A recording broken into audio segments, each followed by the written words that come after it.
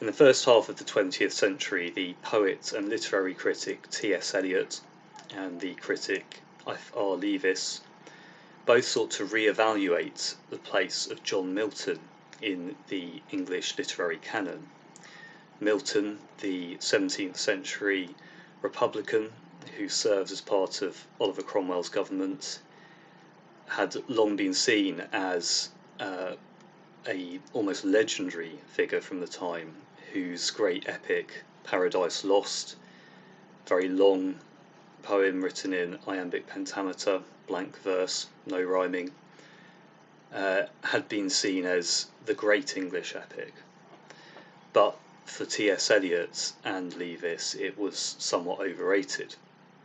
For Eliot, it's not hard to believe that Milton's republicanism was very much part of his desire to bring Milton down a few notches.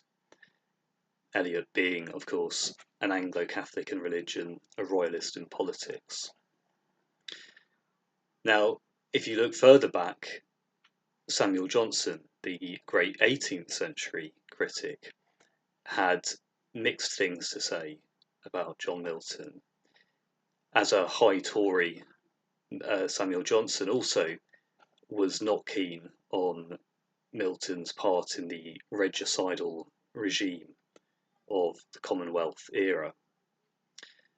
He also has certain ambiguous things to say about the poetry. He really doesn't like Milton's earlier long poem Lycidas, and he would say about Paradise Lost that it's the kind of thing that you're glad to have read, but glad not to have to read again. And for myself, in all honesty, I can only agree with that sentiment.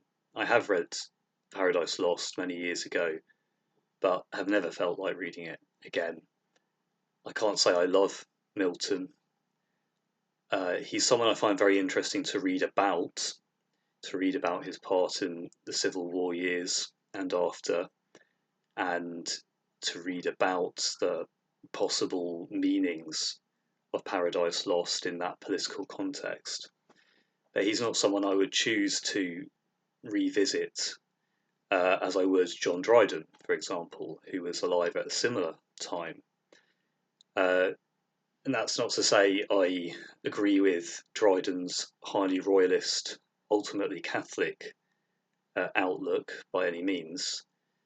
But for me, Dryden just has a certain accessibility, a certain more direct connection to the history he was part of, that makes me want to revisit and return to him much more often than Milton. Maybe you disagree. Maybe you love Milton and hate Dryden. Let me know in the comments. But it's always a fascinating thing to look back on these great figures of the literary canon and ponder why it is that they might be re-evaluated at certain times in history, and why our own response might be to see them as either untouchably great or maybe just a tad overpraised.